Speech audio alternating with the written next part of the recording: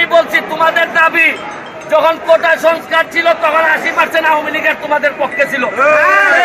যে কোনো মৃত্যুর প্রতিবাদ আমরা করি, কিন্তু তোমরা যদি আমার নেত্রীকে মেলাইন করতে চাও, জননেত্রী শেখ হাসিনারে তোমরা ক্ষমতা থেকে নামাইতে চাও, এতে বোঝা গেল তোমাদের মনের মধ্যে তোমরা সততা নাই, তোমাদের সাথে আর আমরা থাকতে পারি না।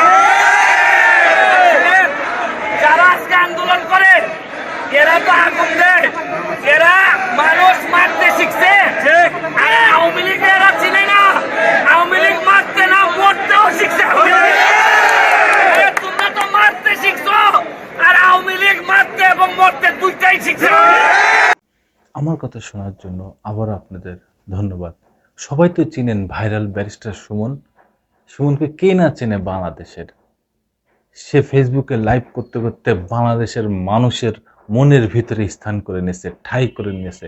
সেই ভাইরাল সুমন কি যখন বিপুল ভোট দিয়ে জনগণ সংসদে পাঠালো, তখনই সে তার ভুল পাল্টে দিল, তখনই সে জনগণের সাথে প্রতারণা করা শুরু করে দিল, তখনই তার চোখ উল্টে দিল, তখনই সে একটা ব্যক্তির পক্ষে দালাল হয়ে গেল, একটা দলের দালাল হয়ে গেল। এই ভাইরাল ব্যারিস্টার সুমন, উনাকে উনাকে মানুষ এতটাই ভালোবাসছিল। উনি উনি ফেসবুকে সমাজের অসঙ্গতির কথা বলেন, উনি ফেসবুকে বিশৃঙ্খলার কথা বলেন, উনি সমাজের বিভিন্ন অসঙ্গতি নিয়ে উনি লাইভ করেন। সেইগুলো মানুষের মনে গেঁথে গেছে, সেগুলোই মানুষ মনে করত যে আমার কথাগুলোই ভাইরাল, এই সুমন ব্যারিস্টার সুমন বলতেছেন। সেখান থেকেই তার জনপ্রিয়তা শুরু।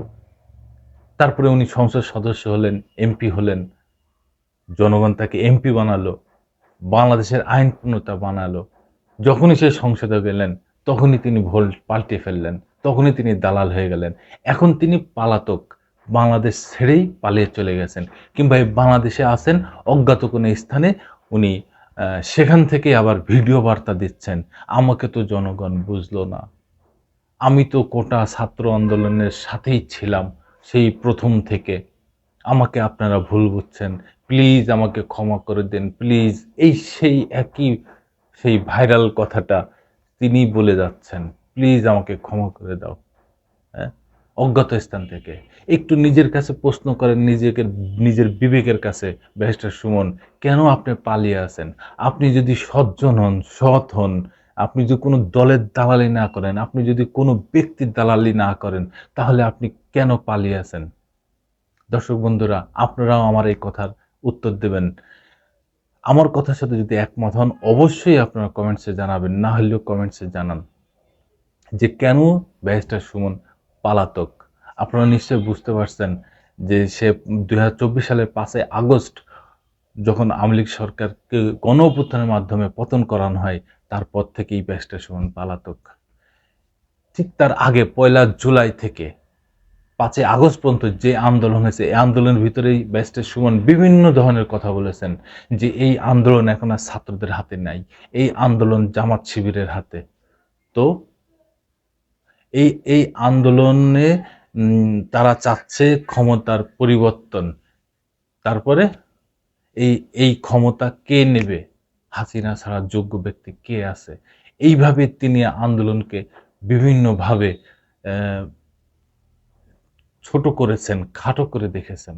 কিন্তু এই আন্দোলন যে জনগণের আন্দোলন, এই আন্দোলন যে ছাত্র জনতার আন্দোলন ছিল, এটা এখন তো বুঝতেছেন, এখন তো বোঝা যাচ্ছে নাকি?